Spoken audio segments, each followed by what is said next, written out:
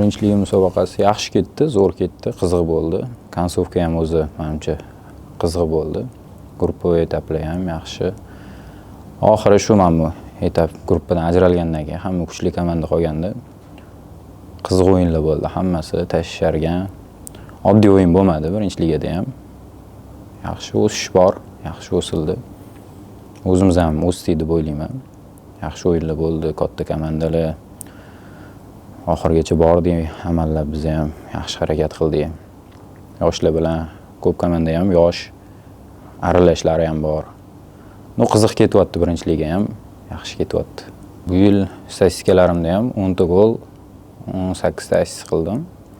Yaxshi, menimcha mavsumni yaxshi o'tkazdim deb o'ylayman o'zim uchun. Yaxshi natijalar. Bog'duga qarshi o'yin. Juda qiyinroq bo'ldi o'yin. Qanaqa taraflama ko'proq biz ataka qildik, ular kontratakaga harakat qildi, oboronani yaxshiroq ushlashga harakat qilishdi. Shu taraflama qiynaldik biz.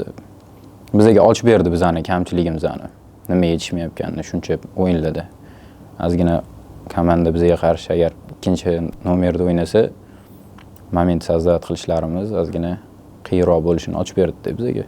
Shu bo'ldi. Shu o'yin nima qiyin deb bilaman. 3-o'rin uchun zo'r o'yin bo'ldi. Ular ham yaxshi kayfiyatda yutaman deb chiqdi.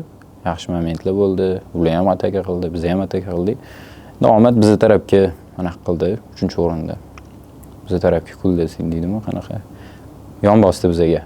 Biz ko'proq biz xohlaganimiz bilindi-da 3-o'ringa hatto 3 uchun.